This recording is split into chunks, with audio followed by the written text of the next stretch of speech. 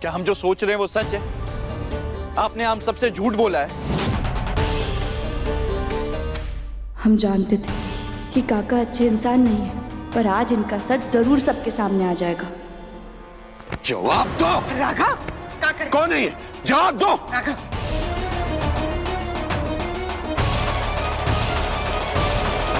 बोलो। राघव, गिरेबान छोड़ो इनका। एक मौका तो दो, बता देंगे। ए जी सच बताइए ना, कौन है ये लड़की? बताइए ना। ये मेरी मुंह बोली बेटियां हैं।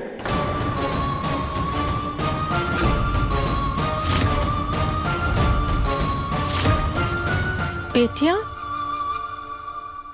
हाँ।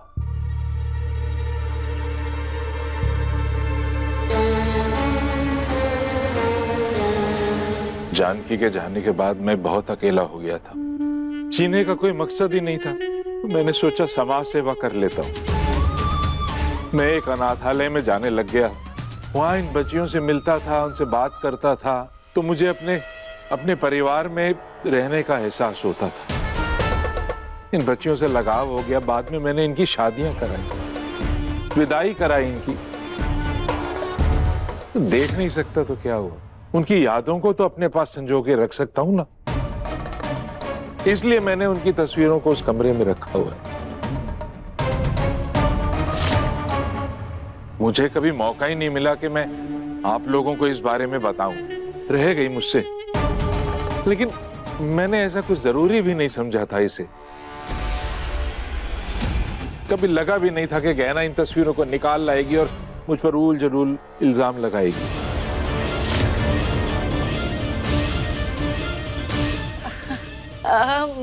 माफ कीजिएगा भाई साहब, हमने भी कुछ भी बोल दिया आपको। ये गहना है ना, इसके चलते हमारा भी मति भ्रष्ट हो गया था।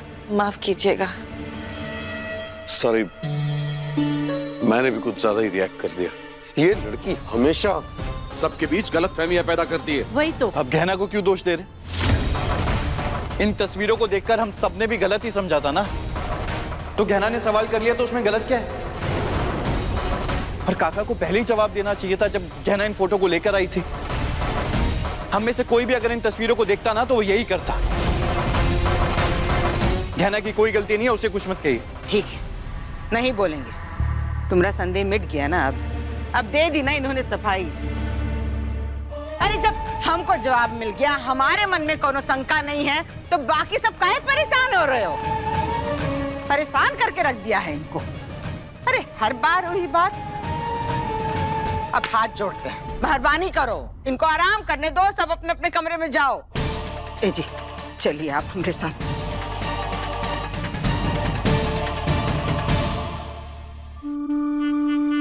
तुमने एक बार फिर से मेरे एक राज को खोलने की कोशिश की है गहना, पर जिस तरह किसी को ये नहीं पता चल पाया कि मैं देख सकता हूं, मैं इस राज के बारे में भी किसी को नहीं पता चलने दूंगा। हो ना हो, जिस तरह से ये सच नहीं है कि काका नहीं देख सकते, उसी तरह इनकी कहानी भी हमें सच्ची नहीं लग रही है। और इसीलिए अब हमें इन पर कड़ी नजर रखनी पड़ेगी और कोई ना कोई रास्ता निकालना होगा हमें इनका सच बाहर लाने का।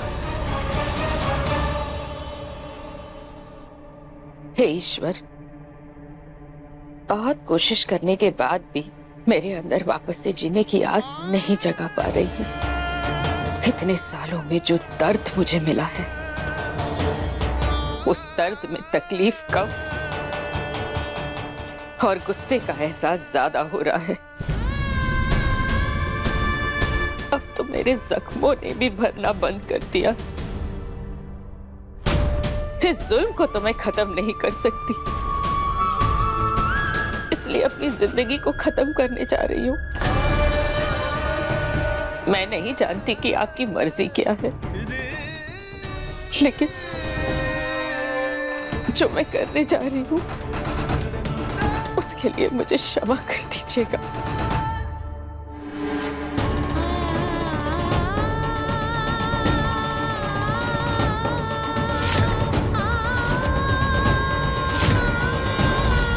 भाई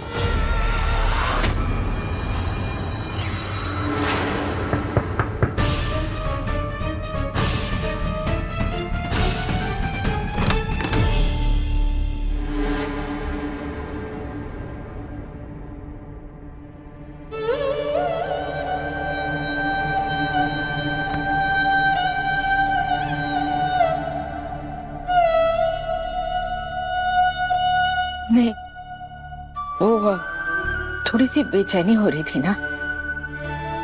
तू चिंता मत कर, मैं ठीक हूँ।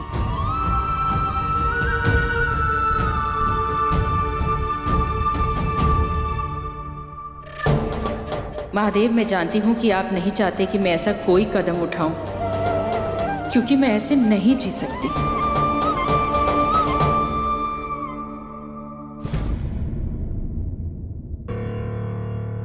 हमें कुछ समझ नहीं आ रहा है भाई, हम बहुत कमजोर पड़ गए हैं। काका को लेकर इतने सवाल हैं हमारे मन में, कोई रास्ता नहीं मिल रहा है कि कैसे काका का सच सबके सामने लाऊं। हमें हिम्मत दीजिए कि हम अपने मकसद में कामयाब हो सके।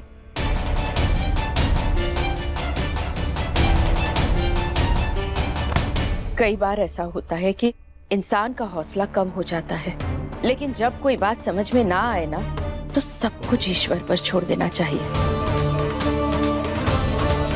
क्योंकि उनकी मर्जी के बिना कुछ नहीं होता। वो जो करेंगे सब सही करेंगे।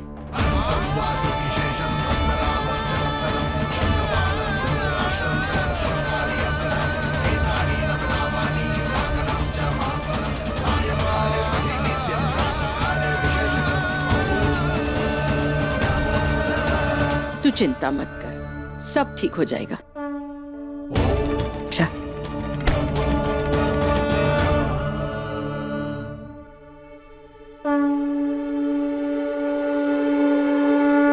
हे ईश्वर, जैसे आपने गहना को भेजकर मुझे बचाया है, वैसे ही गहना की भी मदद कीजिएगा।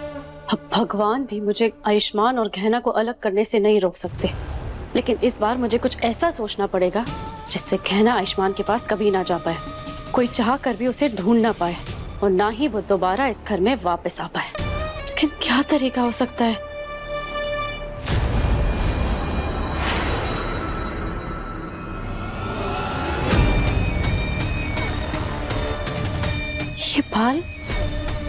ये बाल ऐसे जमीन में फंसे हुए कैसे? हाँ, अब मुझे समझ में आ गया है कि मुझे अब गहना के साथ क्या करना है। जिस तरह ये बाल जमीन में फंसे हुए हैं और जम गए हैं, उसी तरह मुझे गहना को भी फंसाना है, और मुझे ये भी पता है कि ये काम मुझे कहाँ करना है। कहना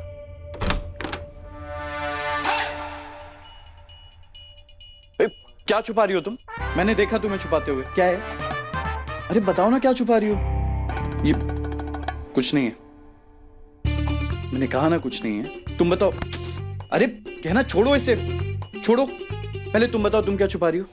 नहीं, छोड़ो इसे। अच्छा ठीक है, रुको, दोनों एक साथ दिखाते हैं, पक्का।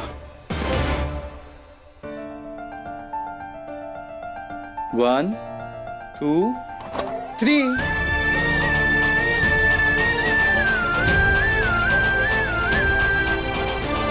पाओ, तुम्हें बेटा चाहिए तो तुमने उसके लिए स्वेटर बनाया, और मुझे बेटी चाहिए तो मैं उसके लिए ये फ्रॉक लेकर आया।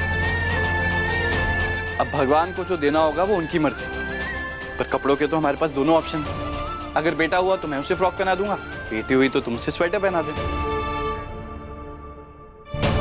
अच्छी है ना?